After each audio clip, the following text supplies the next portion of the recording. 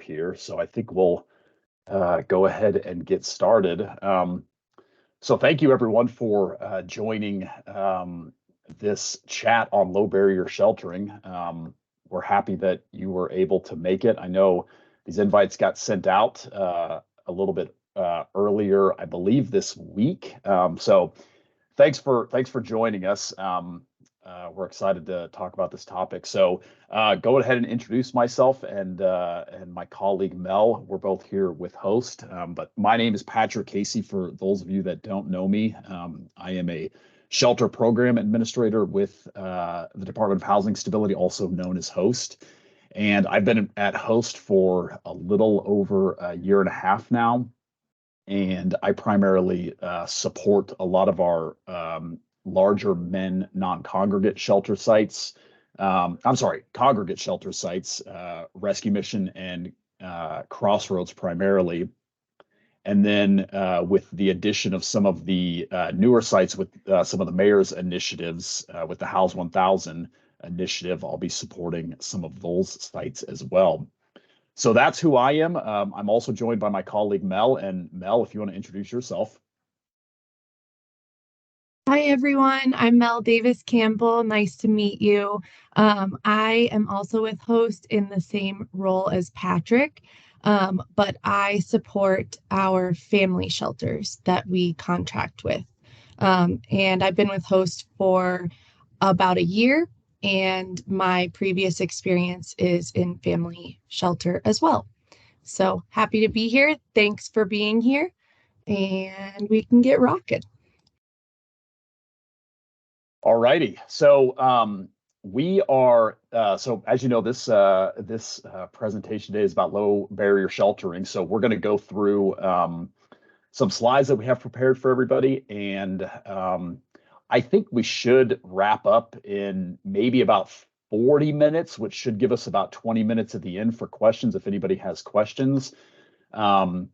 So yeah, we will get going. So one thing I want to mention at the start is with low barrier sheltering, we really look at this as kind of a set of guidelines, and we know that many of you are working in different shelter sites that look very differently and serve different populations. So we really hope this training is used as kind of some guiding principles for you all on how some core tenets of how we can view shelter. And so really hope to provide some best practices from a low shelter or a low barrier shelter model. So what are some of the roles of an effective emergency shelter? So I think first off, it prevents and diverts people away from homelessness whenever possible.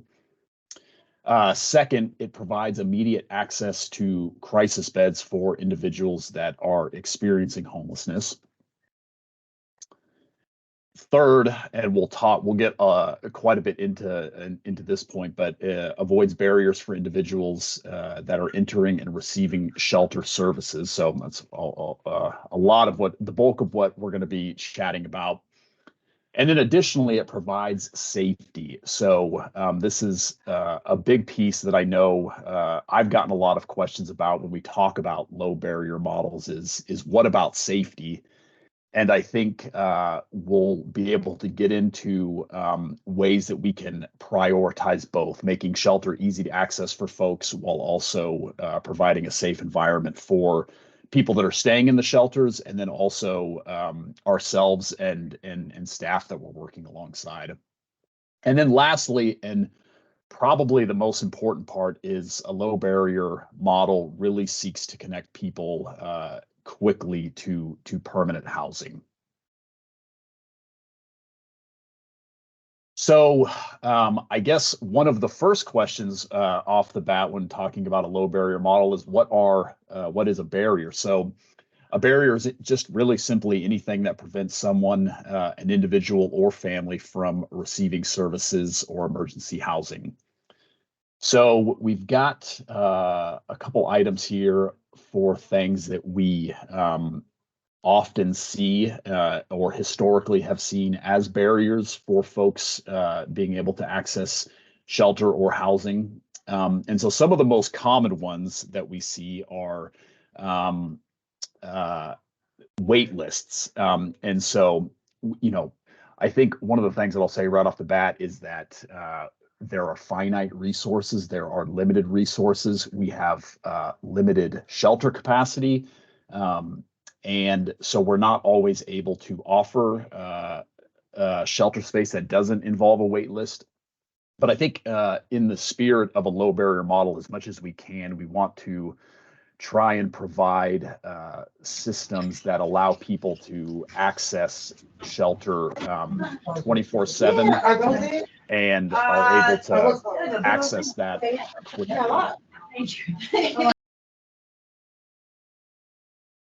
So I think that's the first thing that we see as a barrier. Additionally, we want to try to screen out as few individuals and families as possible. So when folks are seeking to access shelter, we want to have as few things as possible to screen someone out of accessing shelter. When somebody is in shelter, it's really important that we design those programs within a low barrier model, again, to that if we do in someone's stay, that we're having as few possible scenarios in place that person's stay could be exited. And we'll get into some of the things that people should be exited from shelter within a low barrier model. But we really want to try to limit those to essential safety issues. Additionally, we want to avoid background checks at the start or anything that we can use from somebody's past to screen them out of shelter. Of course, there are situations where, we have, it might be a domestic violence or intimate partner violence situation where, in order to keep someone in one of our shelters safe, we do have to screen someone out initially. And of course, there's situations where we have somebody who's taken part in violence within the shelter. And again, those are things that are very legitimate reasons to screen someone out of shelter. But we really do want to try to provide pathways for people to access that shelter, and so we really trying not to screen people out. Additionally, we want to avoid screening for drugs and alcohol. It's another core tenet of a low barrier sheltering model. We'll get into a little bit more about how to handle drugs and alcohol on site. But we do want to try to avoid that at the start. And then additionally, another thing that we come across quite a bit of is clients' belongings and how many belongings that they might bring into shelter. This at times has been something that has prevented some folks from receiving shelter because of the number of belongings that they have. And so we really want to try to work with folks and avoid screening someone out because of a lot of belongings, to try to work with them on a plan to store those best. And then, of course, a low barrier model emphasizes not doing bag checks when someone comes into shelter. So, what about safety? Again, like I said earlier, it's a question that we do see quite a bit of, and so hoping that we can have a conversation around some different guidelines of ways that we can think about safety. So I think first and foremost, within a low barrier shelter model, emergency shelters should seek to support both emotional and physical safety for all guests and staff. So we want to make sure that we're creating an environment that is safe for all of our guests and coupled with safety for our staff as well. Safety and ending someone's bout of homelessness are what we want to make the top priorities of creating guidelines or rules. So really, those are really the two most important pieces of low barrier model. And then additionally, we want to create pathways to where our staff are able to access training that are conducive to creating a safe environment within shelter. So things like trauma-informed care and understanding people who are experiencing homelessness and some of the trauma responses that they have. Motivational interviewing is something that has proven to be a really valuable and useful tool. Harm reduction and overdose responses, training for staff in those are also things that are really conducive. And then, of course, first aid and CPR trainings are something that's helpful. And then housing first, training our folks to understand what housing resources are out there and how folks can access those. And then another really important thing is crisis de-escalation training. It's something that is really important and can number one, create safety for our staff, but also give staff the tools to be able to deal with crisis in a really constructive way and allow for folks that are staying in our shelter to feel like they're being heard and they have a voice and they're able to advocate for themselves. And so crisis de-escalation, I think, plays a big role. Okay, so how do we frame some of our thinking around our rules and expectations within shelter?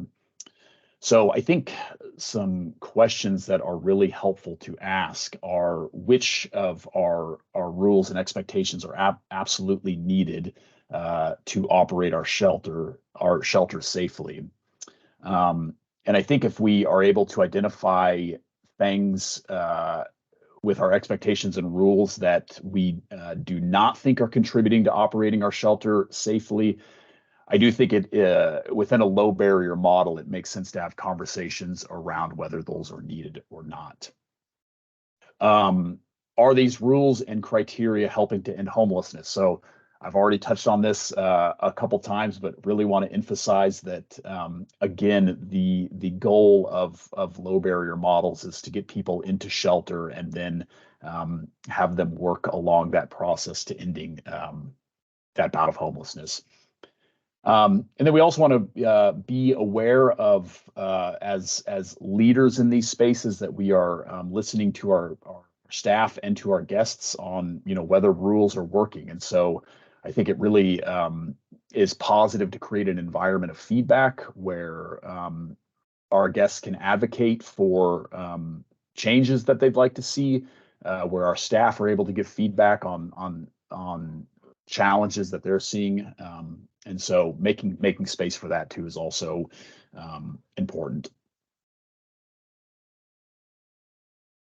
So one of the resources that I think us at Host rely quite a bit on, and I think probably additionally many of our shelter partners as well as the National Alliance to End Homelessness, and they have a lot of really great resources on their website.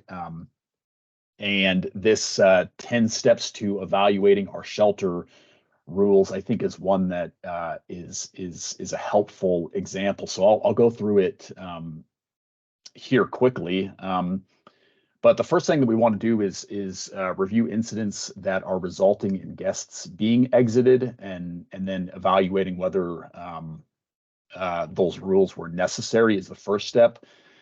Number two, we want to recognize similar issues and ways to manage those issues. Number three, we want to meet with staff and guests to discuss the changing of those expectations and gather input. Additionally, we want to review each expectation, and again, does it help someone get housing? Number five is eliminating rules and expectations that make it more difficult for people to get housing. Number six, we want to get rid of rules that don't make sense, especially if they were a rule or expectation that was created in reaction to a one-time incident that isn't likely to happen again. Number 7, we want to ensure that remaining expectations and rules are directly related to safety. And then it's very important that as we are crafting some of these rules and policies, that we are communicating and making sure that folks have access to those expectations. So, we really want to be aware of communicating new rules and expectations for the language that people speak. We want to make sure that that is accessible. We want to make sure that the wording is clear. We want to make sure that we're taking just into account of how different individuals will engage with that information, and make sure that we're providing as many pathways for that to be accessible to folks.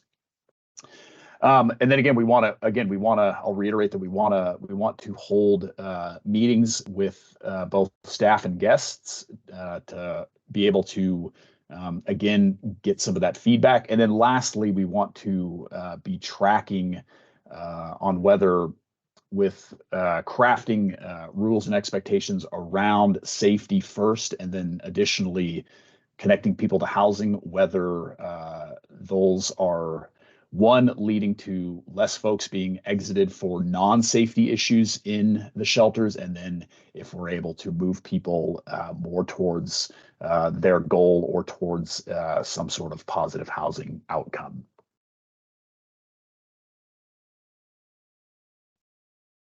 So this slide is, again, kind of helps us maybe frame some of our thinking around the language that we use in shelters, but a quick word on rules versus expectations. So rules tend to have a negative connotation and can contribute to a punitive environment. Now, we understand that rules and policies are necessary. So just being mindful about how we are communicating those things, and then understanding that they can lead to an environment that does feel more punitive. And so how can we think critically about that to have a more positive environment? Expectations, the word expectations can communicate a more desired behavior and it uses a more positive framework. And then again, lastly, just to reiterate, shelter expectations must uphold safety and supporting people in obtaining housing. All right, so let's get into some of, with a low barrier model, how do we balance the need to create a low barrier model and then also keep policies in place to where we are able to exercise those policies in a way that is conducive to safety. So I think expectations that we would have for folks in our shelters is that disruptive behavior that contributes to an unsafe environment are things that we don't want to have. So examples include verbal, physical, or sexual harassment, threats, and or violent behavior, and possessing a weapon. So these are things that a low barrier shelter model wants to take very seriously. And again, with our goal of creating a safe environment, those are things that we want to have very serious conversations about, and ultimately, in many of those situations, be exiting people from shelter. We also want to have folks keep their living space and common areas clean. If there is vandalism or destruction of property that is happening on site, that is certainly something that is, again, something that we want to take very seriously and exit someone if that is the proper response. again, for creating an unsafe environment. Smoking in non-designated smoking areas, which would be anywhere likely in the building, or any sort of fire hazard, again, is something that is creating an unsafe environment. So that would be an expectation that we would have of guests also, that we're not creating fire hazards. The next bullet point is weapons, and this is a piece that get some questions on. But we don't want weapons allowed in shelter. We know that a lot of folks are likely going to have a weapon, and so if it becomes apparent that we have a weapon in the facility, we want to see what strategies we can do to work with someone to have them store that weapon safely, whether that is off-site. I know there's been examples of shelters where they've stored weapons for people. So it's a little bit of a tricky situation, but we do want to make sure that folks do not have weapons, and if they do, we want to try to provide them with resources that they can store those weapons.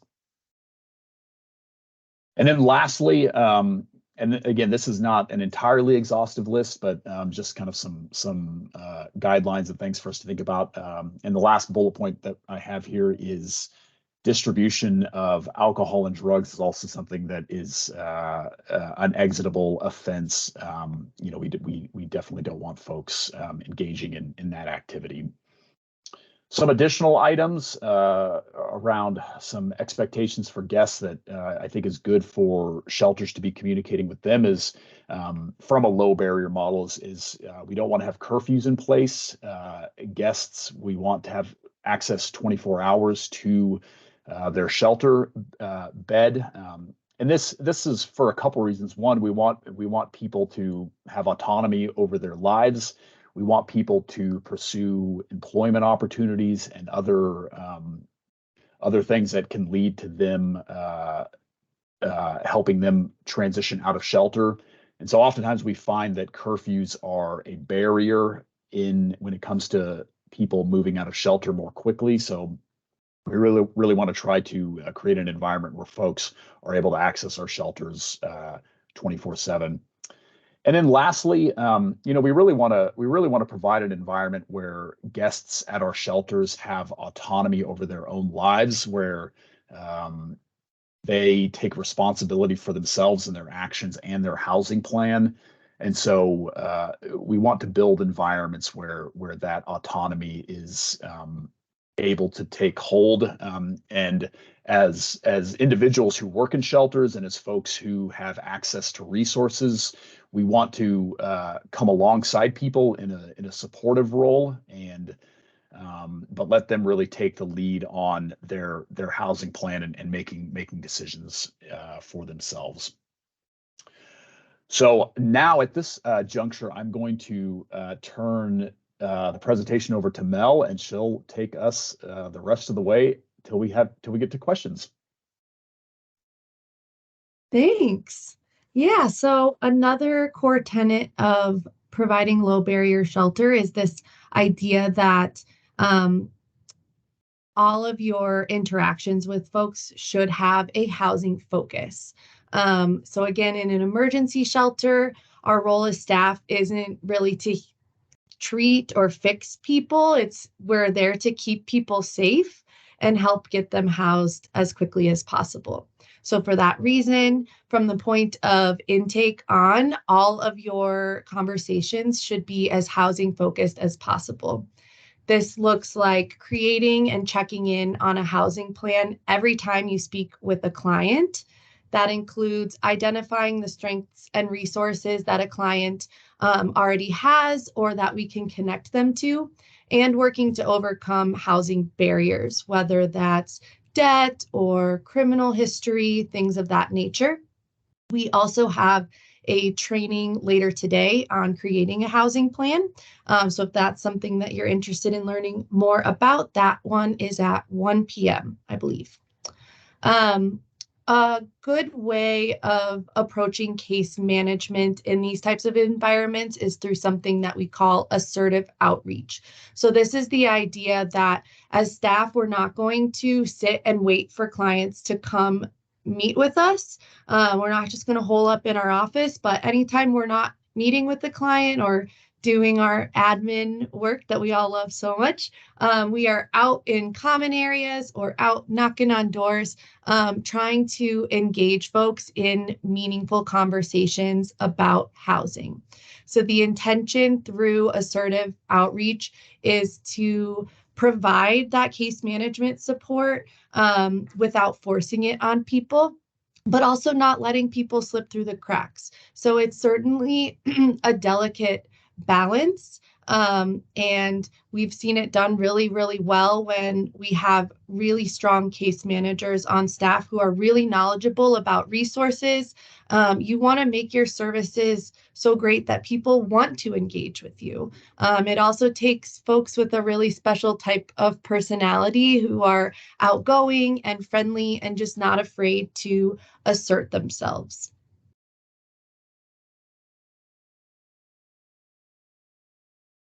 So here are some examples of no matter what shift a staff member is working to show that they can be having these housing focused interactions with folks.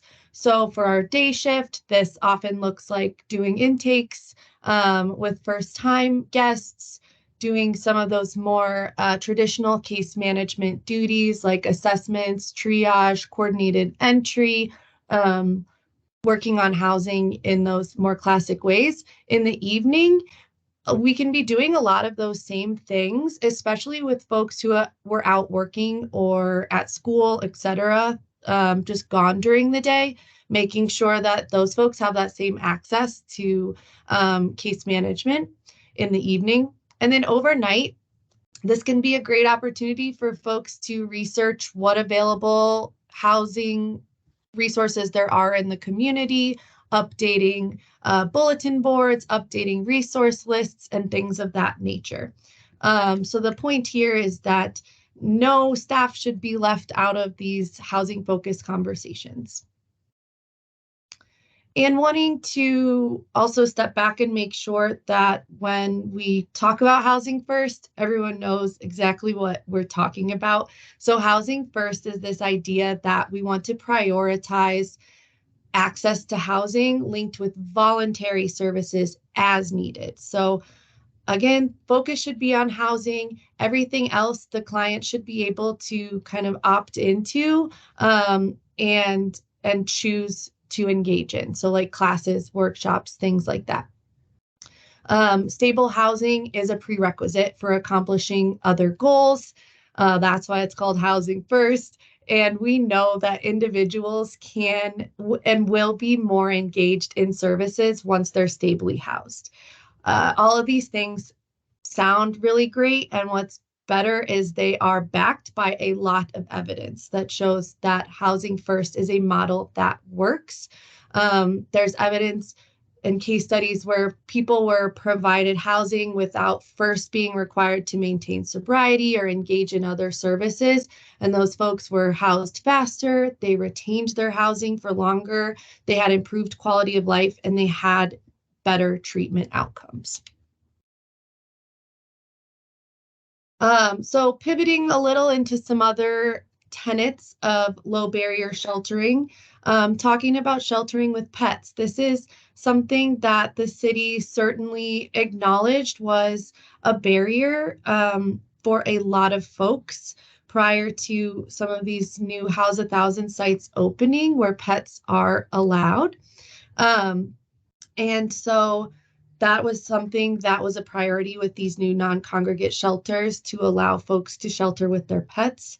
And we know that there are a lot of benefits when that can occur. So improved mental, emotional, and physical well-being for the human and the pet. They are not out in the elements.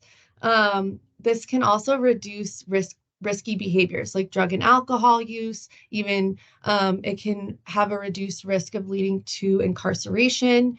I already talked about people are more likely to access shelter and housing when they can bring their pets.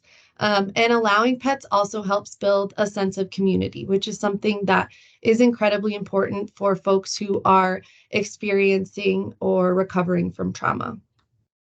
And Matthew, to answer your question, when you check out the slides, there that the research is, I think, through the National Alliance to End Homelessness on the evidence of housing first, and that is linked in the slide. Also, when we're talking about is our community creating low barrier access to shelter, there needs to be shelter options for people of all populations. So again, this is something that we are working on as a city, but making sure that there are available and adequate shelter options, no matter your family makeup, your identity, gender, things like that. For example, if you are operating a gendered shelter, so a men's shelter or a women's shelter, our shelter guests should be accommodated according to their self-reported gender identity. And we must, as staff, address clients with the names and pronouns and other terms that are consistent with their gender identity or their identity in general. Another example is around families. So we want to, as much as possible, allow families to self-identify. So we may have some parameters in place, like there's a child in the household, but beyond that, families should really be allowed to self-identify. This is something that some of us have really had to expand our ideas around the notion and what families look like with all of our new arrivals within the past year plus of our migrant households. We have some really large households with folks who might be extended family or family of family or friends of the family. And that's cool. That's great. And we are learning to work with that more and more.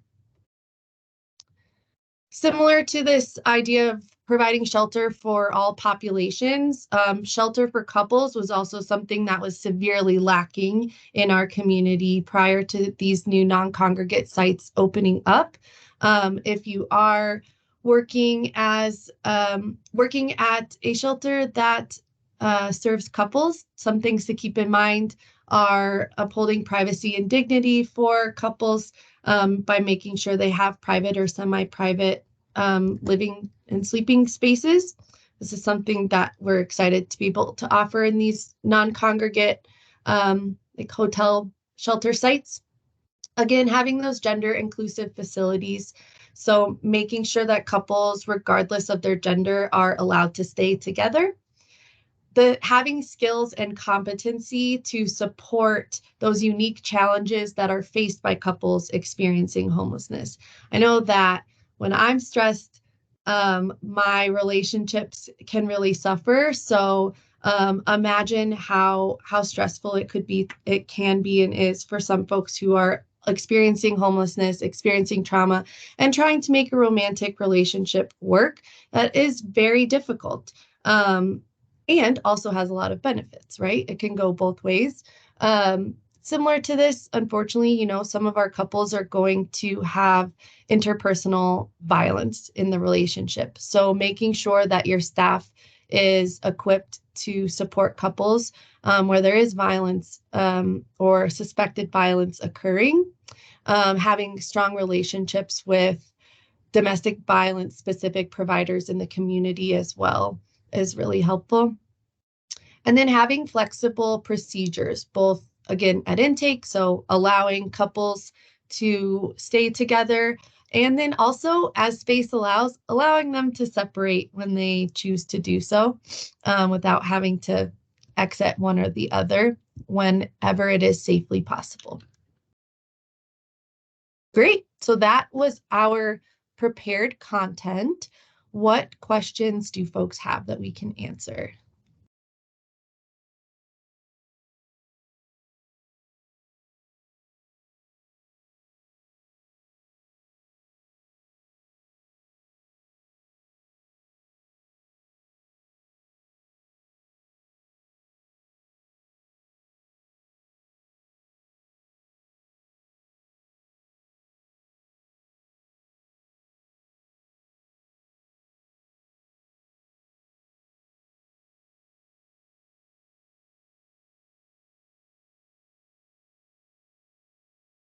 Looks like we got a question from Matthew again. And Matthew, thanks for your first question about where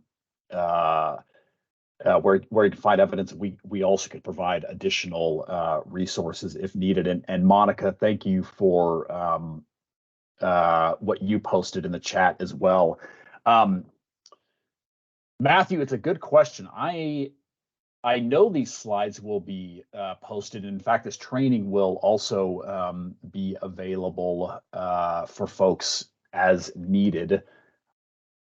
Mel, do you know where we'll have these posted? If not, Matthew, I'm happy to. I think we could happy to send you the slides too. And then again, we'll have the recording available as well.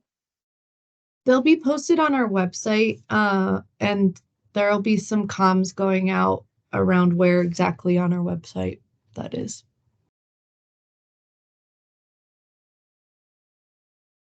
David, see your hand up. Hi. Yes, hi. And I can also answer the next question, Heather. So all of the shelters currently operated by the Colorado Village Collaborative, our tiny home villages and safe outdoor spaces, do accept referrals with pets.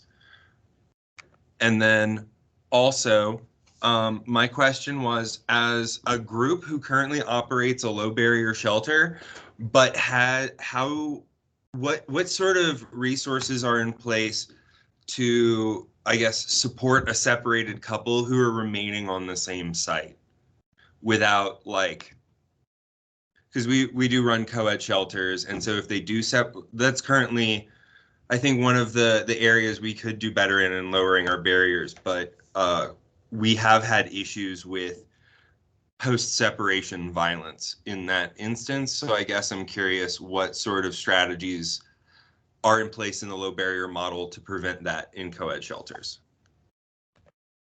Yeah, I can take a shot at that, and then Mel, you can also. So, David, the question is, when someone comes in, a couple comes into shelter, and then they choose to either voluntarily or perhaps there is some sort of violence that takes place within while they're at shelter, kind of both of those. Yeah, so right now, what we have is whoever commits the violence is exited from the program and the victim is welcome to stay. What I'm hearing from this training is that ideally in a low barrier model, there would be a mechanism in place to separate them and keep them both sheltered. How do you keep the victim safe in that scenario if you're keeping the perpetrator on site? So I would, and I'm sorry if this maybe wasn't communicated clearly. I would, what you guys do currently with, if one of the persons is identified as an abusive partner or having committed an act of violence towards someone else, yes, I would agree with your policy that person should be exited from shelter. Okay, cool. Then I guess I just misunderstood that portion of the training. Then my bad. No, that's okay. And again, I apologize if something I said wasn't clear.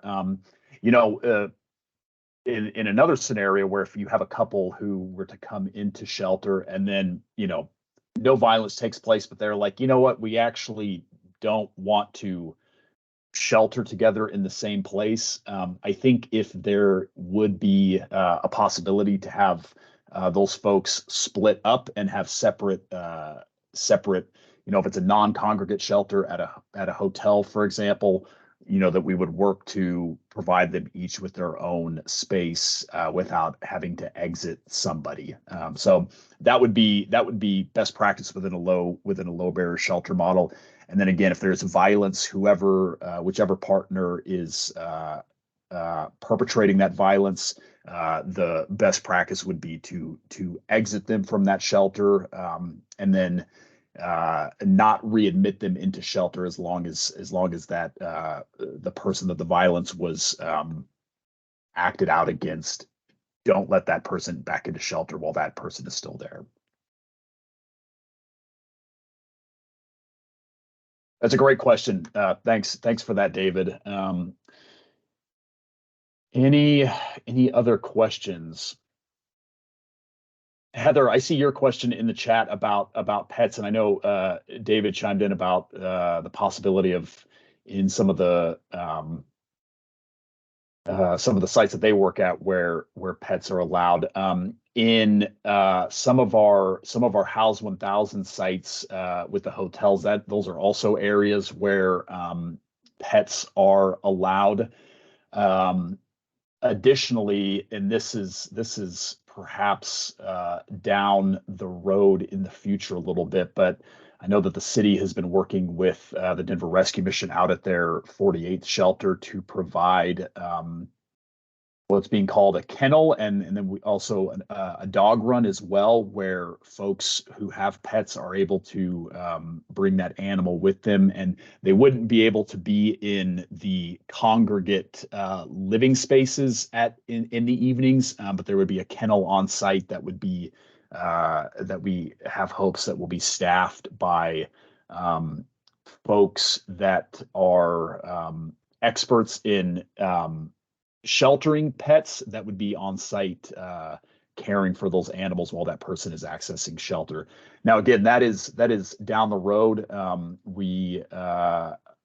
don't currently have an update, but those are kind of some of the ways that collaboratively city and our partners in the city are trying to think about pets and shelter. So that's a really great question. Thank you. And Monica, I see your hand up. Yeah, so my question is, I don't work in shelters. I work as a case manager at Colorado Health Network. And so I do a lot of referring to shelters. So this has been really interesting. And so I hear a lot of reasons why people don't like going into shelters and refusals to accept a referral to a shelter, and instead go into riskier situations or sleep outside. And the pets is a huge one, and the storage, the belongings, people carrying around their whole lives, that's another big one.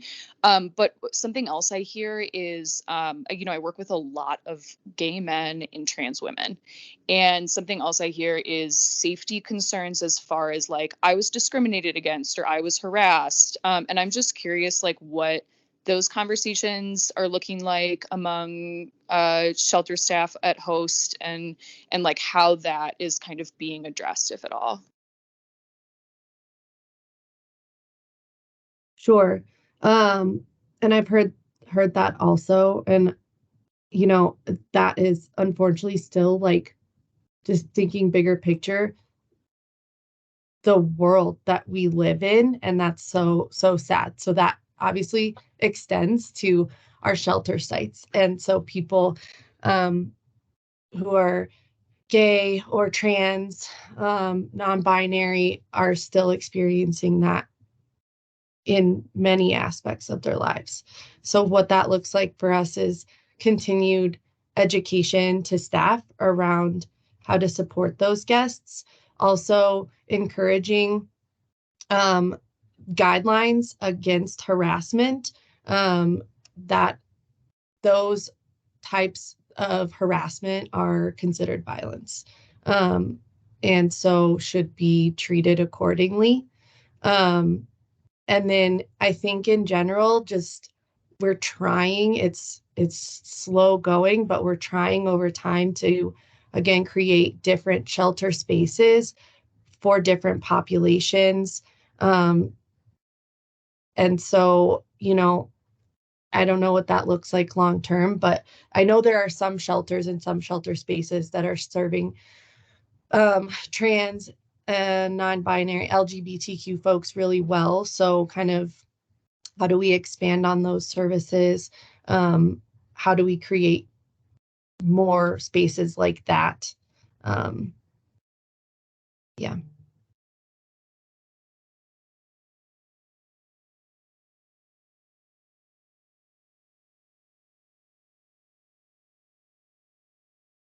Yeah, Monica, thank you for that question. Do we have any other questions?